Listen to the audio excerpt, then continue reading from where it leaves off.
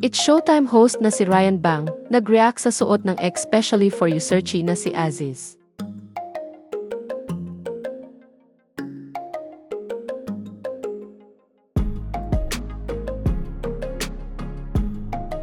Memorable ang isa sa searchies na lumaban para makadate ang searcher na si Kai sa segment ng Kapamilya Noontime Show It's Showtime na especially for you nitong Martes, August 20, 2024. Isa kasi sa searchies sa naturang segment ang dating US Marine na si Aziz.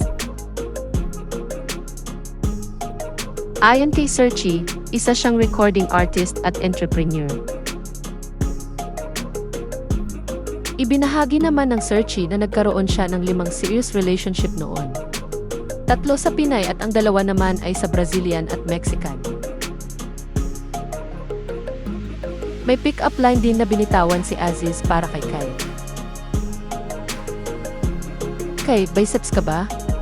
Kasi ayaw kita itago. Gusto lagi kita i-flex. Matapos bitawan ni Aziz ang kanyang pick-up line, ay may napansin si Kim Chiu sa OOTDO outfit of the day ng Searchy.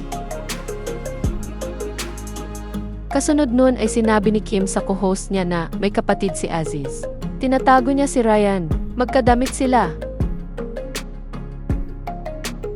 Kaya naman napuno ng tawanan ang buong studio dahil pareho nga ang suot na damit ni Ryan Bang at Aziz. Nilapitan tuloy ni Ryan si Aziz at inakbayan niya ito at tinanong na rin niya ang Searchy kung bakit hindi nito sinabi sa kanya na iyon ang suot niyang damit.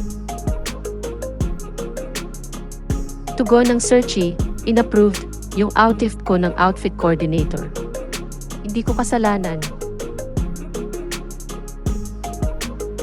Pabiro namang sinabi ni Ryan na si Aziz ang stylist niya. Nang tanungin ni Ryan ang Searchy kung wala na nga ba itong dalang ibang damit, sinabi ni Aziz na meron naman daw. Sa huli ay hindi si Aziz ang Searchy na pinili ni Kai, dahil ang napili ng searcher ay ang Searchy number 1 na si Aaron.